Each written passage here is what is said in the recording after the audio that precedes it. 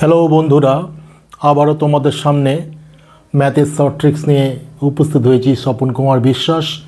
বিভিন্ন কম্পিটিশান এক্সামিনে পড়ে এমন দুটো অঙ্ক এনেছি। এর আগে ভিডিওতে এভাবে এনেছি, তোমরা অবশ্যই ফলো করেছো। এই ভিডিওতে দেখো কি করছি। আয়তক্ষেত্রে একদিকের বাহুর দৈর্ঘ্য 50% বৃদ্ধি, অপর দিকের বাহুর দৈর্ঘ্য 20% বৃদ্ধি পেলে ক্ষেত্রফল কত শতাংশ বৃদ্ধি পাবে? দুটো বৃদ্ধি পেলে অবশ্যই ক্ষেত্রফলটাও বৃদ্ধি পাবে। তাহলে সেই ক্ষেত্রে কী হবে? দুটো বৃদ্ধি মানে কি? বৃদ্ধি মানে প্লাস, তাহলে এখানে আছে 50, এই পরে বৃদ্ধিটা মানে 20, এটাও বৃদ্ধি রেখে দিলাম। দুটো বৃদ্ধি পেলে পরে এটা প্লাস হবে। এইবার দুটোর মধ্যে গুণ করে দেবো। 50 × 20 ডিভাইডেড বাই 100, তাহলে কত হচ্ছে?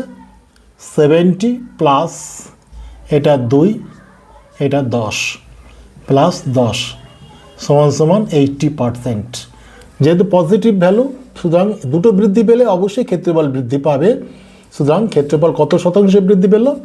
80%। পরেরটা দেখো, আয়তক্ষেত্রে একদিকের বাহুর দৈর্ঘ্য 50% বৃদ্ধি, অপর দিকের বাহুর দৈর্ঘ্য 40% হ্রাস পেলে ক্ষেত্রফল কত শতাংশ হ্রাস বা বৃদ্ধি পাবে?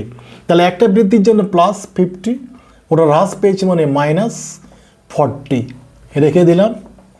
এইবারে দেখো দুটো দুরকম, একটা প্লাস একটা মাইনাস বৃদ্ধির জন্য, এখানে দুটো বৃদ্ধির জন্য যেমন প্লাস ছিল, একটা হ্রাসের জন্য এটা মাইনাস হয়ে যাবে।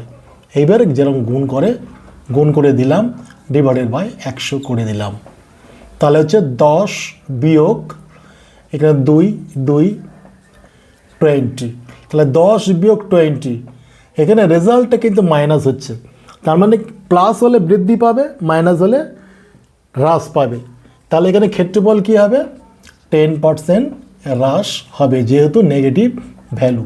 আশা করছি তোমরা এই ভিডিওটা বুঝতে পেরেছো এবং লাইক করবে আশা করছি, এবং সাবস্ক্রাইব করবে, সেটাও আশা নিয়ে শেষ করছি।